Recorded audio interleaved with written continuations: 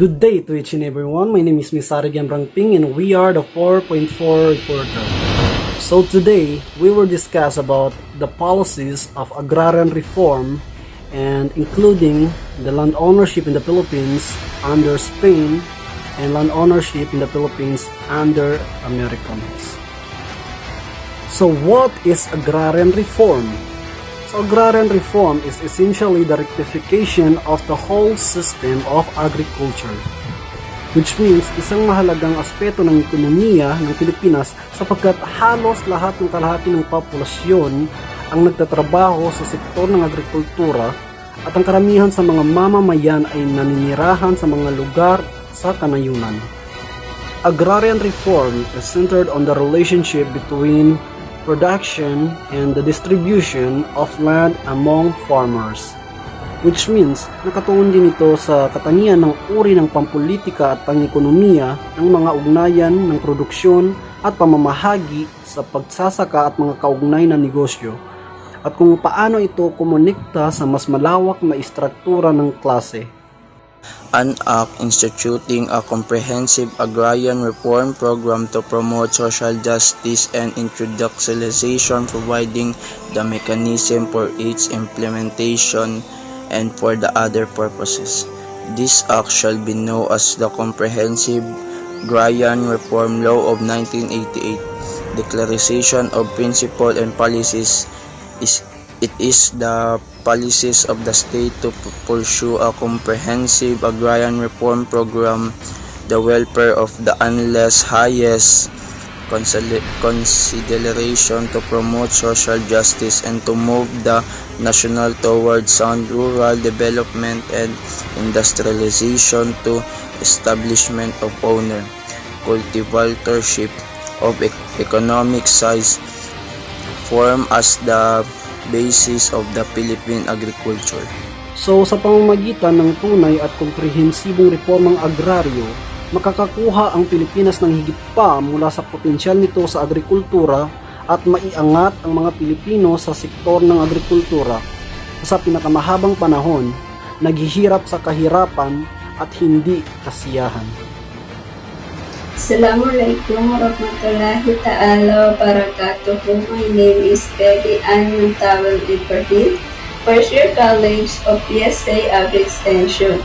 So my topic today is all about landownership in the Philippines under the American. We are aware that Americans were the main reason of social unrest in the Philippines was landlessness. They endeavored to put an end to the terrible situations of the tenants, farmers by passing numerous land policies to minor landholders and allocate the title to a greater number of the Filipino tenants and agrarians.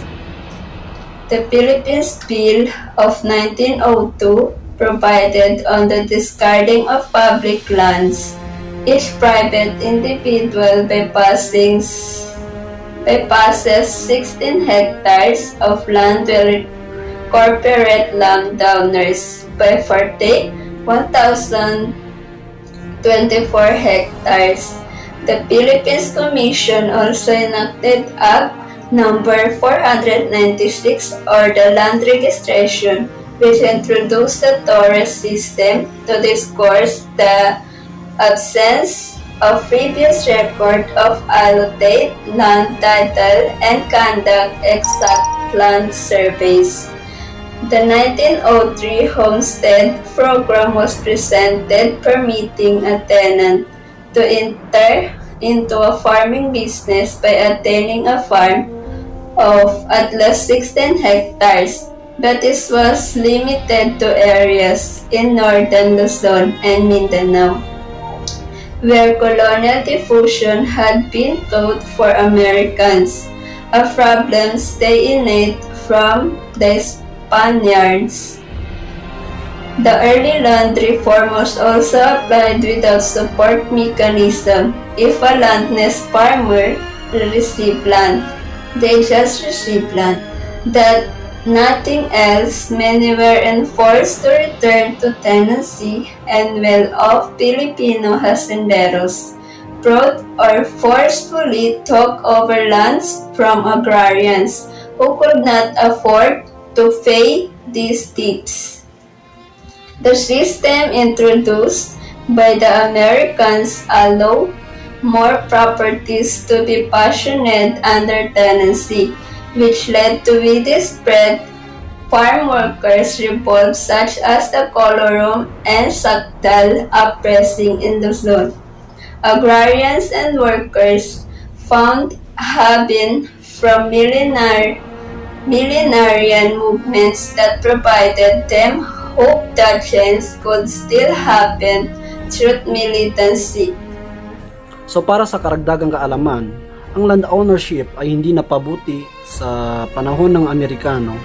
So sa katunayan, mas lumala pa ito dahil walang limitasyon sa laki ng mga pagmamay-ari ng lupa na maaaring pagmamay-ari ng mga tao, at ang pag-access ng pagmamay-ari ay limitado sa mga kayang bumili.